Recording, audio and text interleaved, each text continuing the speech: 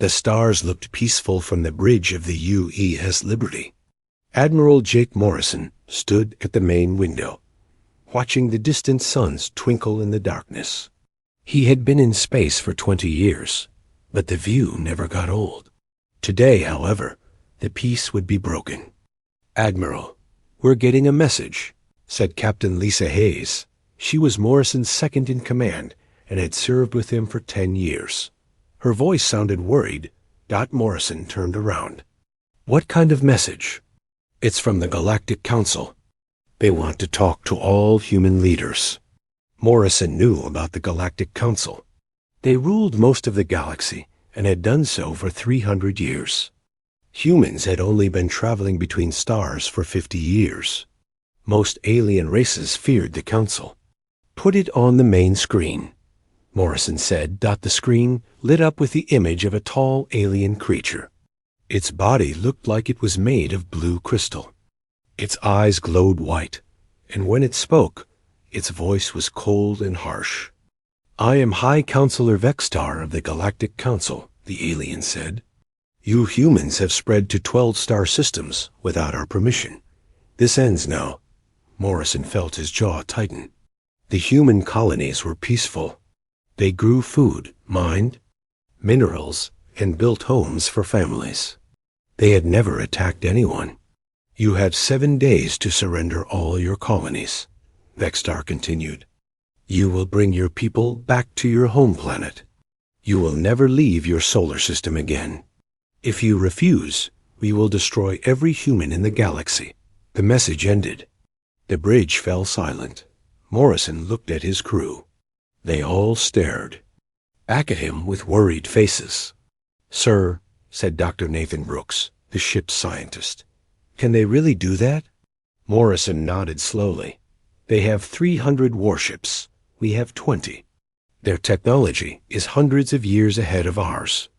Captain Hayes stepped closer. "What are your orders, sir?"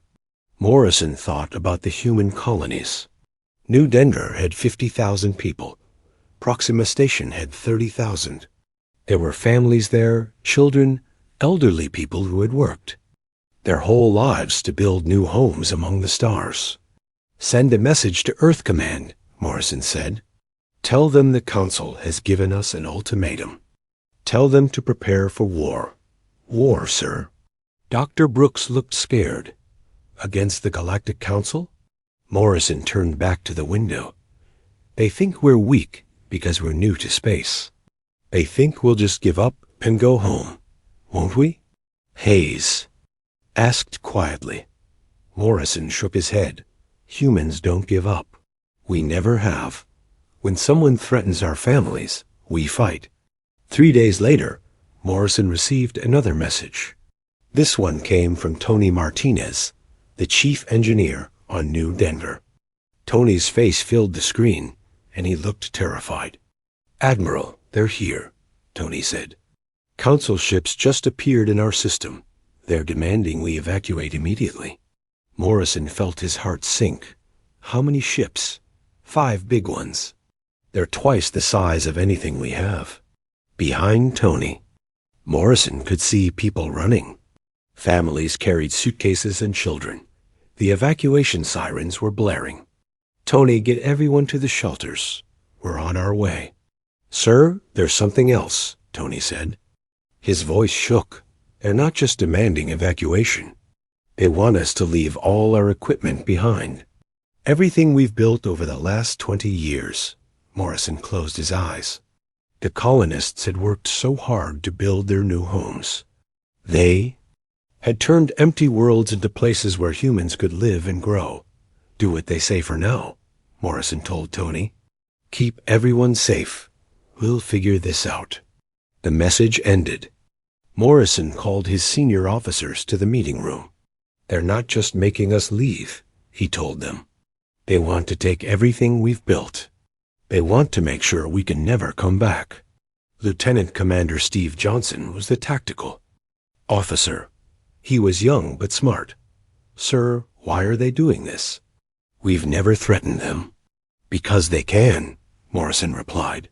"They've ruled the galaxy for 3 centuries. by crushing anyone who might become strong enough to challenge them. They see humans as a future threat. Dr. Brooks pulled up a star map. Admiral, look at this. Our colonies are all near major trade routes. If we controlled those systems, we'd have a lot of power in this part of the galaxy. Morrison studied the map. Brooks was right. The human colonies weren't just random settlements. They were in strategic locations. They're not afraid of us now, Morrison realized. They're afraid of what we might become in 100 years. Captain Hayes leaned forward. So what do we do? Morrison looked at each of his officers. These were good people. They had families back on Earth. They had joined the space service to explore and protect, not to fight impossible wars. We have a choice, Morrison said. We can surrender and go back to Earth. We can give up our colonies and promise never to leave our solar system again. Or, Johnson asked, or we fight. We show the Council that humans don't bow to bullies. Dr. Brooks shook his head. Admiral, it's suicide. Their weapons are too advanced. Their shields are too strong. Maybe, Morrison said, but there's something they don't understand about humans. What's that? Hayes asked. Morrison smiled grimly. We're really good at fighting wars we can't win. The next day brought terrible news. Morrison received a priority message from Captain Dan Walker, commander of the cargo ship Peaceful Dawn. Walker's ship had been carrying medical supplies to the colony on Kepler 7. Admiral, Walker said, his face pale with shock. They destroyed us. We were surrendering. We had our hands up. We broadcast that we were a medical ship. Morrison felt cold anger rising in his chest. What happened? They just opened fire. No warning. They killed everyone on 3 other ships. Families, Admiral. There were children on those ships. The message continued with Walker's report. The Council ships had attacked the evacuation fleet from New Denver. They weren't taking prisoners. They weren't accepting surrender. They were killing everyone they found. Morrison called an emergency meeting. When his officers arrived, he could see the anger in their faces. They had all heard the reports. They're not interested in surrender, Morrison told them. They want to wipe us out completely. Why? Dr. Brooks asked. We're not a threat to them. Yes, we are, Morrison replied. Not now, but someday. They've seen what humans can do when we put our minds to something. They've studied our history. They know. We don't stay down when someone knocks us down. Lieutenant Commander Johnson stood up. What are your orders, sir? Morrison looked around the room one more time. These officers would follow him anywhere, even into a hopeless battle. They deserved to know what they were getting into. We're going to war, Morrison said. Not because we want to, but because. They've left us no choice.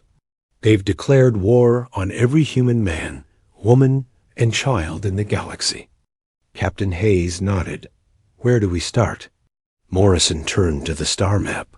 We start by showing them that humans are much more dangerous than they think. The war was about to begin. The Galactic Council thought they were crushing a weak, primitive species.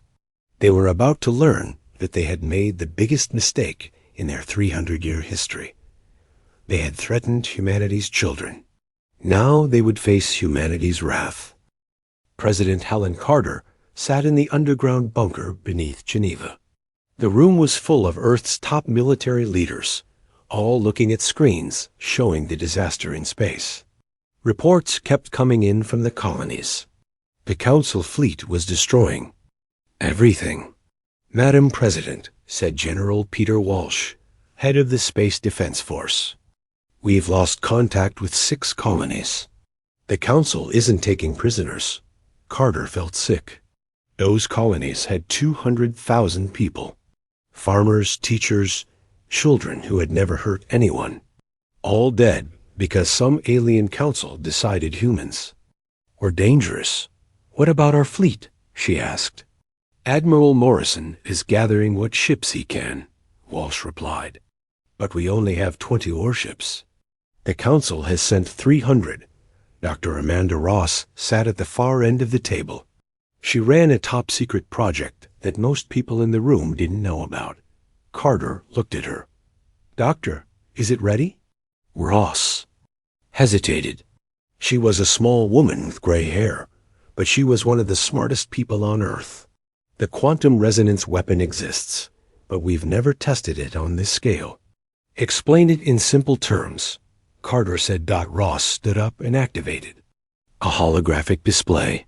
All Council ships are connected by quantum tunneling. They share information instantly across vast distances. It's what makes their fleet so effective. Colonel Rick Turner, the military officer assigned to Ross's project, stepped forward. The weapon sends a feedback pulse through their quantum network. It would be like shouting so loudly into a phone that you damage everyone's hearing. Will it work? Carter asked. The computer models say yes, Ross replied. But the power requirements are enormous. We'd need to shut down power to half of North America. Carter looked around the room. These people were asking her to gamble everything on an untested weapon. If it failed, Earth would be defenseless. There's something else, Turner added. The weapon doesn't just affect ships in one area. The quantum pulse travels through their entire network instantly. Every Council ship in the galaxy would be hit at the same time. General Walsh leaned forward. You're talking about destroying their entire fleet? Not just their fleet, Ross said quietly. Everything connected to their quantum network.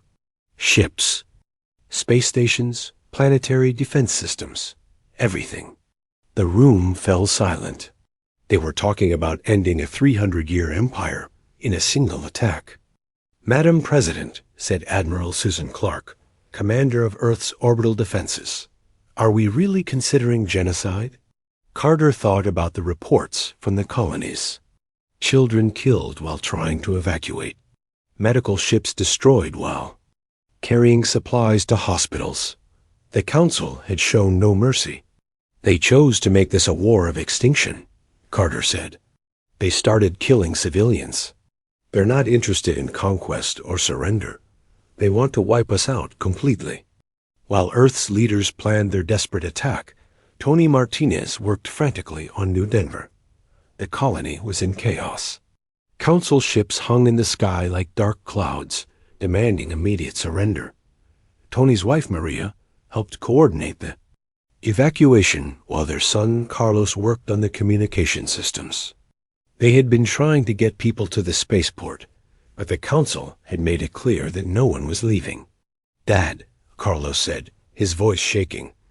They're hailing us again. The main screen showed a Council officer.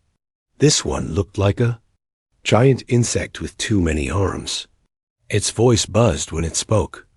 Humans of New Denver, it said. You have 1 hour to gather in the main square. You will be processed for relocation. Tony knew what relocation meant. The Council wasn't planning to move them somewhere else. They were planning to kill them. Tell them we're civilians, Tony said. We have families here, children. Carlos sent the message. The response came back immediately. All humans are enemies of the Council. Age is irrelevant. Maria grabbed Tony's arm. They're going to kill us all, aren't they? Before Tony could answer, explosions lit up the sky. The Council ships were firing on the evacuation shuttles. Tony watched in horror as ships full of families were destroyed. People he had worked with for 20 years.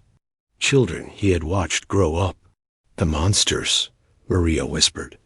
Tony felt something change inside him. He had always been a peaceful man. He fixed machines and built things. He had never hurt anyone in his life. But watching innocent people die made him angry in a way he had never felt before. Carlos, he said quietly, can you access the colony's industrial systems? Yes, sir. But why? Tony looked at the Council ships. They thought humans were helpless. They thought they could just fly down and kill everyone without a fight. Because we're going to show them what happens when you murder children. Tony had helped build New Denver's mining operation.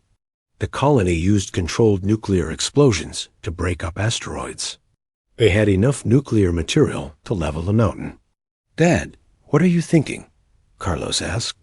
"I'm thinking that if we're going to die, we should take some of them with us."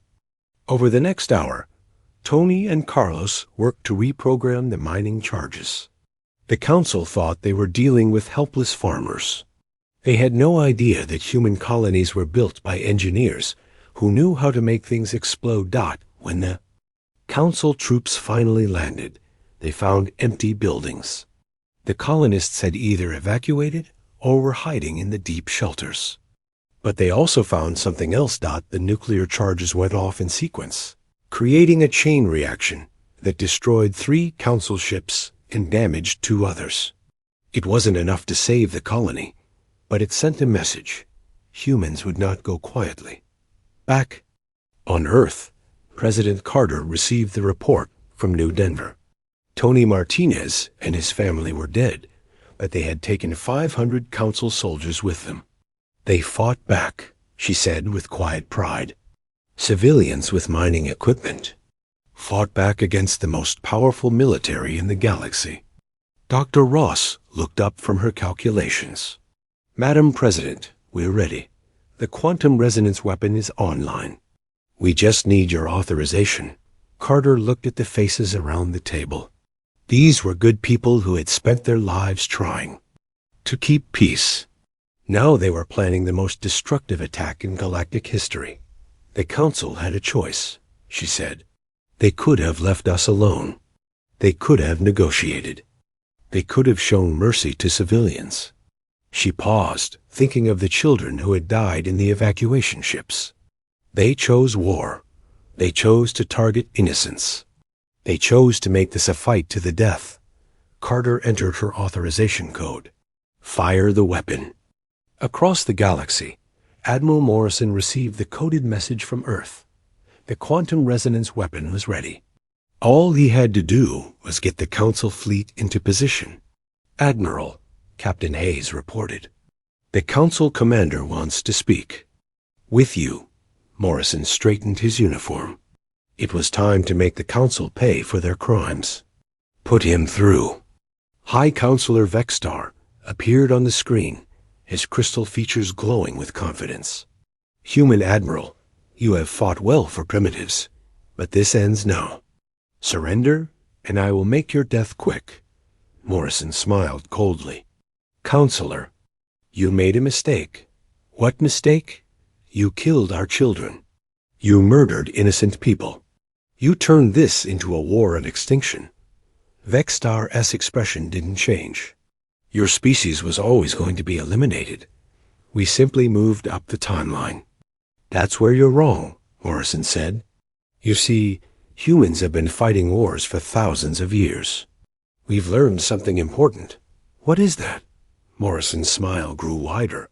"When someone threatens to wipe out your entire species, you don't fight to win. You fight to make sure they regret starting the war." Vexstar looked confused. "Your weapons cannot penetrate our shields." "You're right," Morrison agreed.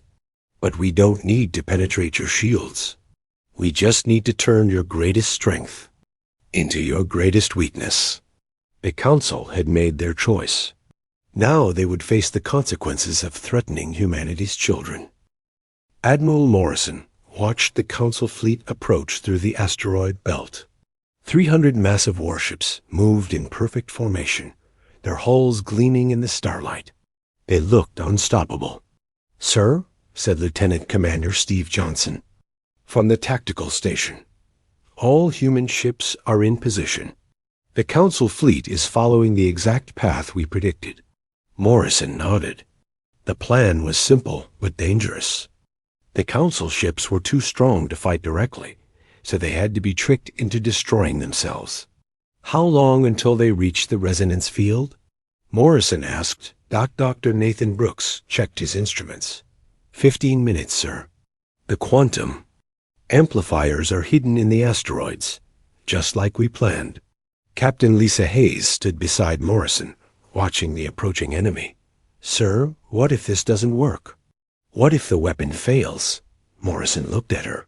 Hayes had been with him through many battles, but nothing like this. Then we die fighting instead of running. At least our children will know we tried. The past week had been the busiest of Morrison's life. While the Council fleet gathered for their final attack, human ships had been scattered throughout the asteroid belt. Each ship carried quantum resonance amplifiers built by Dr. Ross's team on Earth. The amplifiers were hidden inside hollowed-out asteroids. To the Council's sensors, they looked like ordinary rocks. But when activated, they would turn the entire asteroid belt into a giant weapon. Admiral, said Communications Officer Janet Lee, we're getting reports from the outer colonies. The Council is destroying everything. They're not even trying to capture territory anymore. Morrison felt his jaw tighten. The Council wasn't interested in ruling humans. They wanted to erase them completely from the galaxy. Every man, woman, and child. How many dead? He asked quietly. Over 300,000, sir. And they're still attacking civilian targets. Morrison closed his eyes for a moment. 300,000 people. Farmers, teachers, doctors, children. All dead because the Council feared what humans might become. Sir, Johnson reported. The Council commander is hailing us. Morrison opened his eyes. Put him through. High Counselor Vexstar appeared on the main screen. His crystal features looked even more arrogant than before. Behind him, Morrison could see the bridge of the massive Council flagship. Admiral Morrison, Vexstar said, I am impressed. Most species flee when they see our full fleet. Yet here, you are waiting to die with honor. We're not here to die, Morrison replied. We're here to send a message. Vexstar laughed, a sound like breaking glass. What message could primitives like you possibly send to the Council? Morrison stepped closer to the screen. That you picked the wrong species to wipe out. Your 20 ships against our 300? Your primitive weapons against our advanced technology? You cannot even penetrate our shields. You're right, Morrison said calmly. We can't penetrate your shields. But we don't need to. Vexstar's expression shifted slightly.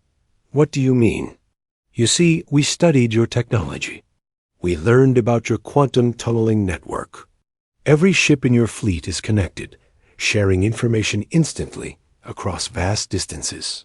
Our network is our greatest strength, Vexstar said proudly. It allows perfect coordination between all our forces. Morrison smiled. It's also your greatest weakness.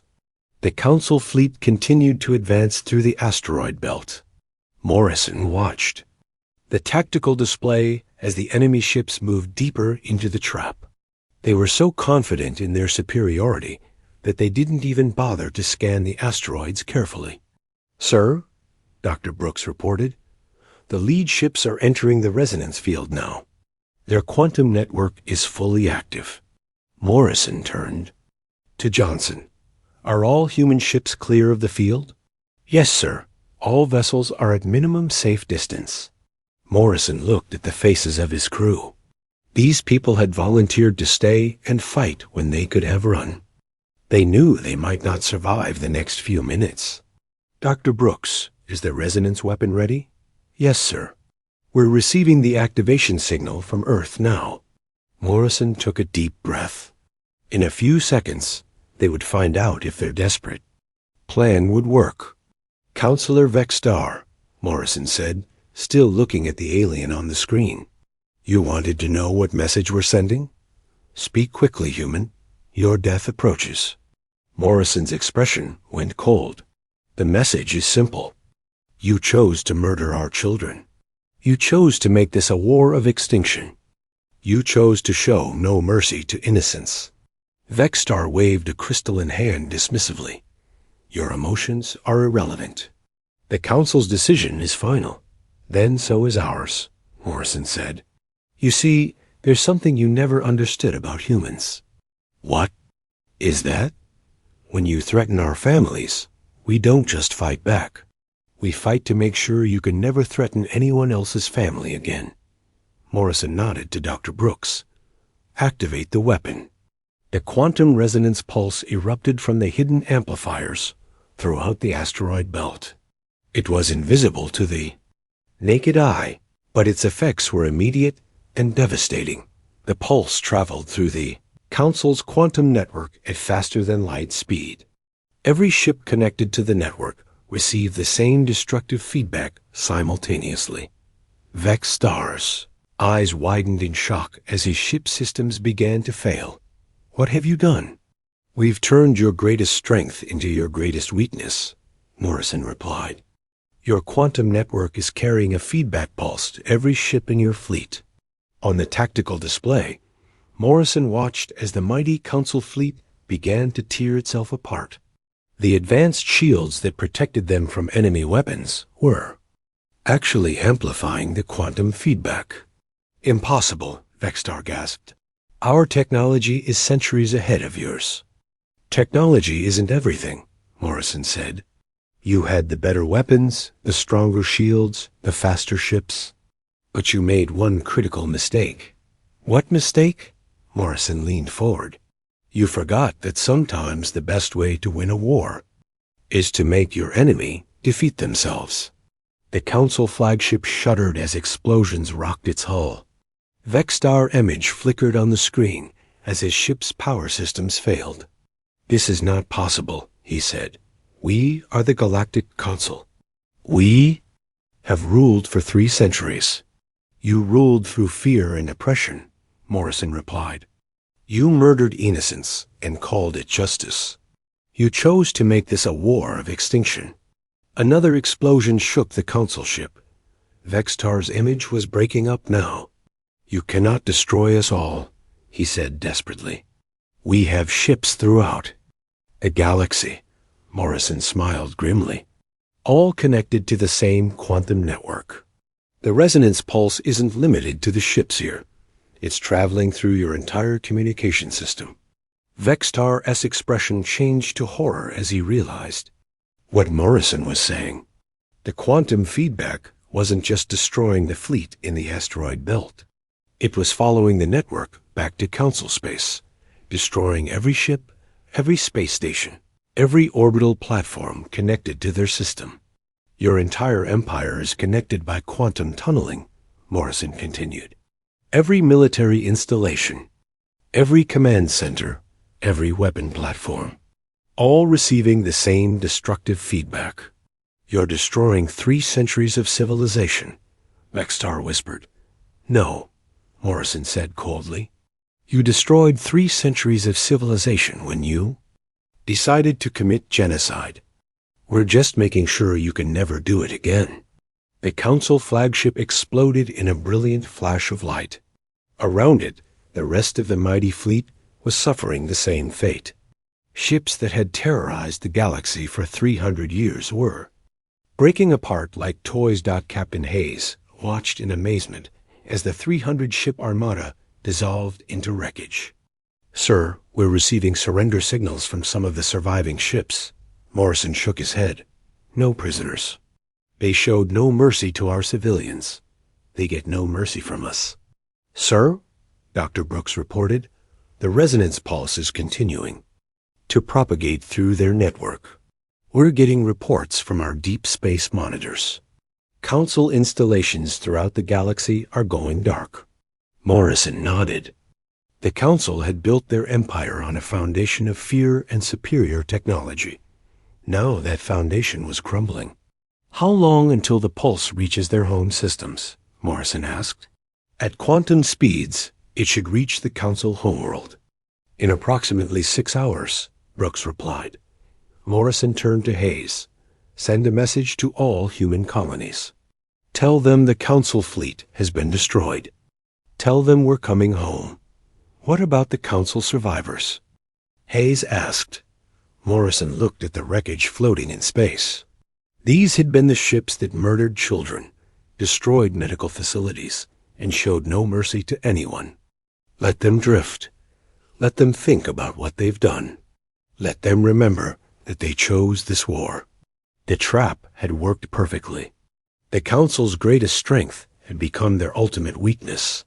Their quantum network, designed to give them perfect coordination, had carried destruction to every corner of their empire. Morrison thought about Tony Martinez and his family, who had died fighting on New Denver. He thought about the 300,000 colonists who had been murdered by the Council fleet. They had been avenged. The Council's 3-century reign of terror was over, but the war wasn't finished yet. There were still Council survivors scattered throughout the galaxy, and they would need to learn a new lesson.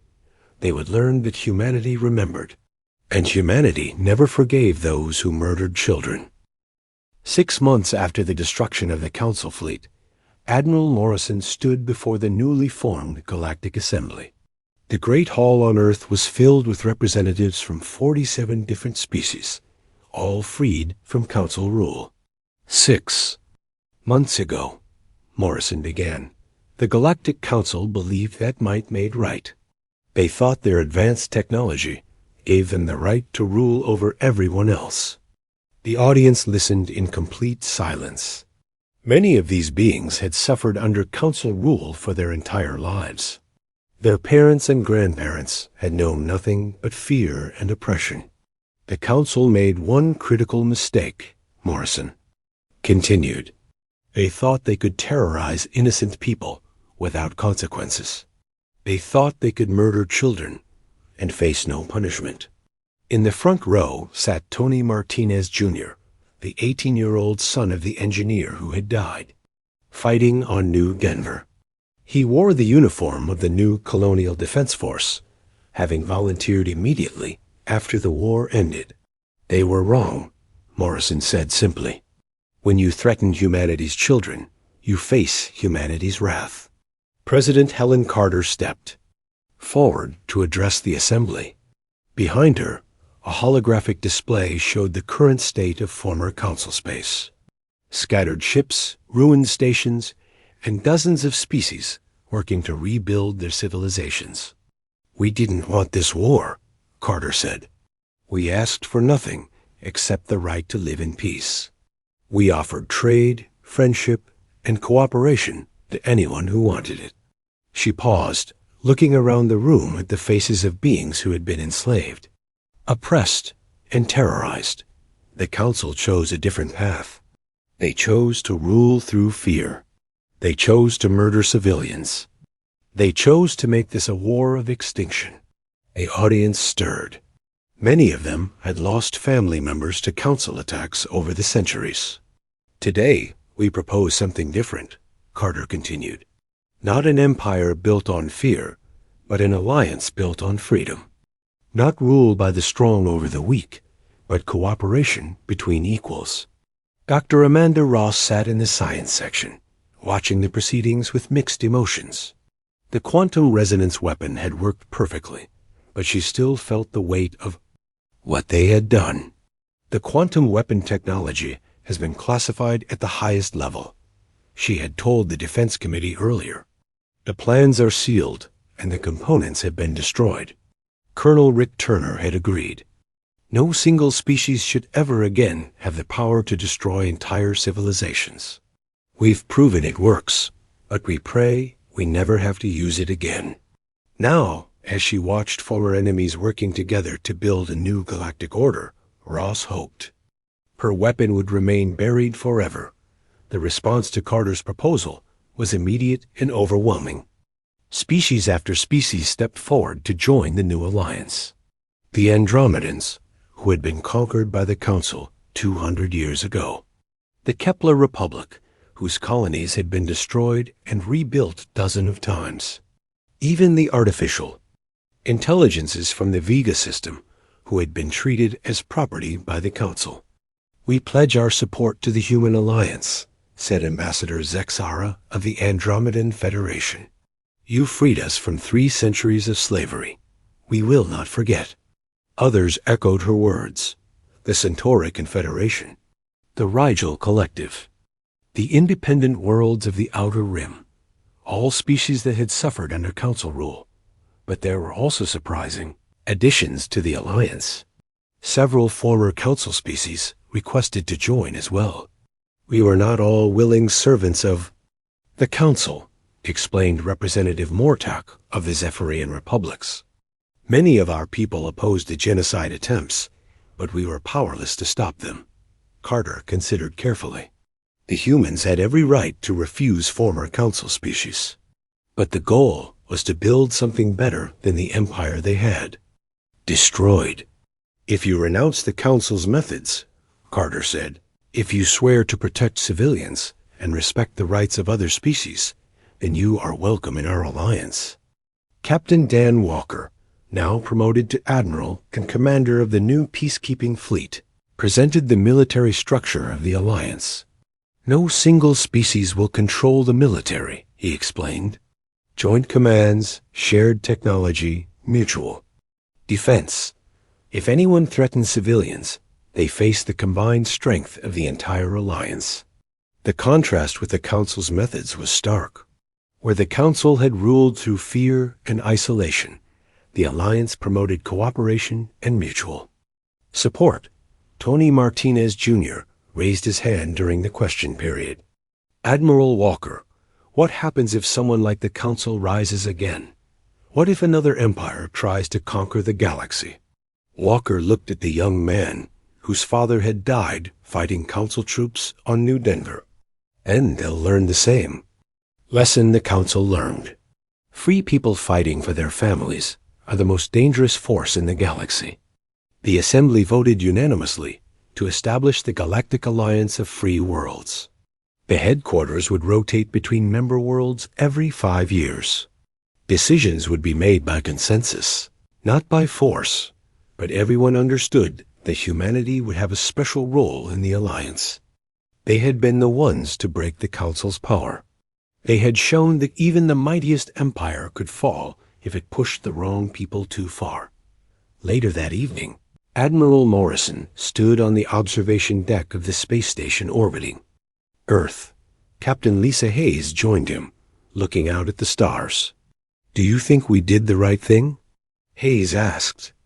It was the same question Dr. Brooks had asked months ago, and it still troubled many of them. Morrison thought about the reports they had received from former Council space. Entire species were rebuilding their civilizations, free for the first time in centuries. Children were growing up without fear of Council raids. Worlds that had been strip-mined were being restored. The Council ruled for 300 years through terror, Morrison said. They destroyed entire species, enslaved billions of people, and showed no mercy to anyone who opposed them. He paused, remembering the evacuation ships full of families that the Council had destroyed when they decided to commit genocide against humanity. They sealed their own fate. "We gave them exactly what they tried to give us." Hayes nodded. "And now?" "Now we try to build something better. An alliance where disputes are settled through negotiation, not extermination. A galaxy where children can grow up without fear." The quantum resonance weapon remained humanity's deepest secret. Only a handful of people knew how it worked, and they had sworn never to reveal the technology. But everyone in the galaxy knew that humanity possessed it. The message was clear: attack civilians, murder children, threaten innocent people, and face the same fate as the Council. Dr. Ross had included a final report in the classified files. The quantum resonance effect cannot be defended against by any known technology. Any civilization that depends on quantum communications for military coordination would be completely vulnerable. It was the ultimate deterrent. The Council had learned too late that some species should never be pushed to their breaking point. President Carter's final speech to the Assembly was broadcast across the galaxy. The Council believed that the strong had the right to dominate the weak. They were wrong. Strength gives you the responsibility to protect those who cannot protect themselves. She looked directly into the camera, knowing that her words would reach every world in known space. A galactic alliance will defend the innocent, protect the weak, and ensure that what happened under the Council never happens again. We will be the shield that protects civilization from those who would destroy it. The message ended with a simple declaration. Choose cooperation over conquest. Choose peace over war. Choose to protect children instead of targeting them. Choose wisely, because humanity remembers everything. The galaxy had a new order now, not built on fear and oppression, but on the simple human principle that all beings had the right to live free from tyranny. The Council's 3-century reign was over, ended by the species they had tried to exterminate. The galaxy would remember the lesson. When you choose to wage war against humanity's children, you face annihilation. Some wars end with treaties. Some end with surrender. The war against the Galactic Council ended with the complete destruction of everything they had built. They had chosen war. They had faced annihilation. And now the galaxy was finally free. The quantum resonance pulse traveled through space faster than light itself, following the Council's own communication network, like a virus spreading through a computer system.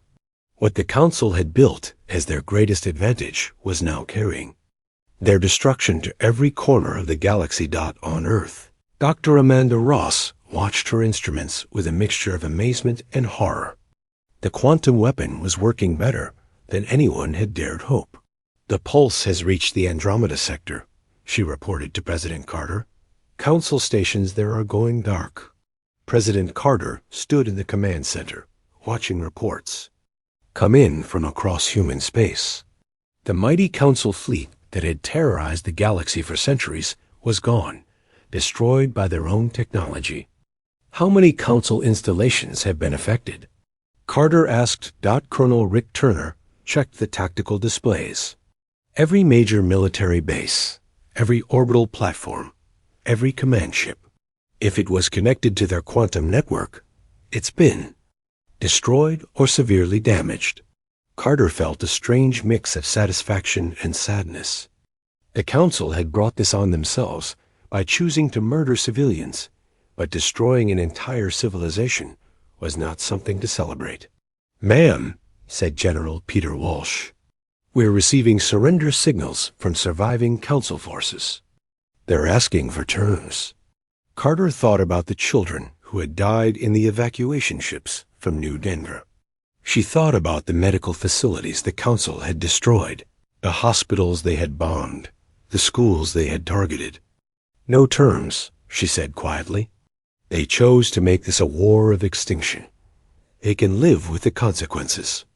Meanwhile, in the Vega system, Captain Dan Walker was leading a rescue mission to the outer colonies.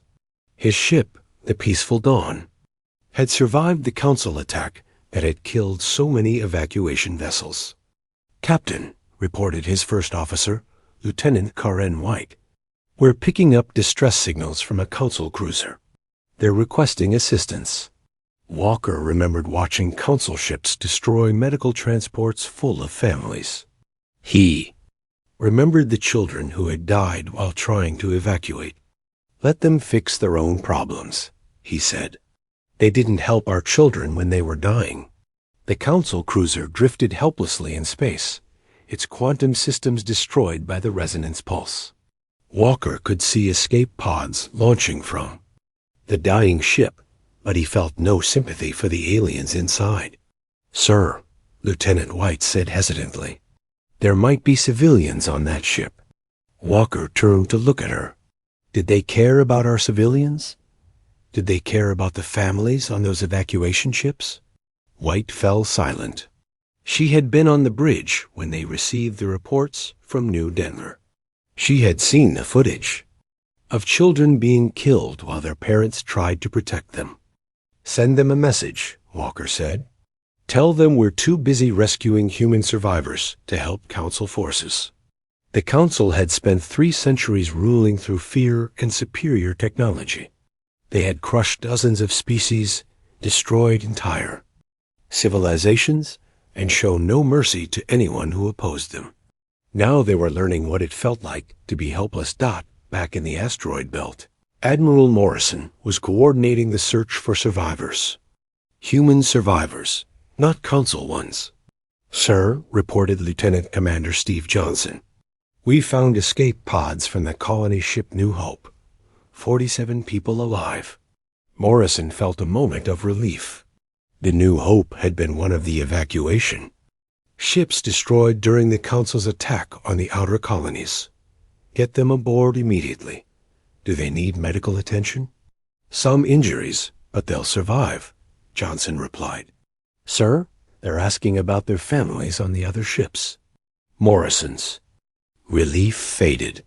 The New Hope had been traveling with 5 other colony ships. All the others had been destroyed with no survivors. "Tell them we're still searching," Morrison lied. He couldn't bring himself to tell the survivors that their loved ones were dead. Captain Lisa Hayes approached Morrison's station. "Sir, we're getting reports from throughout the galaxy. The quantum pulse has reached Council space. Their homeworld's orbital defenses are gone." Morrison nodded. The Council homeworld was defended by the most advanced military technology in the galaxy. Weapons platforms that could destroy entire fleets, shields that could stop planet-killing asteroids. All of it connected to the quantum network that was now carrying their destruction. "Any word from the Council government?" Morrison asked. "They're trying to communicate, but their quantum network is completely destroyed. They're having to use primitive radio signals." Morrison almost smiled. The Council had been so dependent on their advanced technology that they had forgotten how to communicate without it. "Sir," said Dr. Nathan Brooks from the science station, "I'm analyzing the pulse propagation. The resonance effect is still spreading through their network.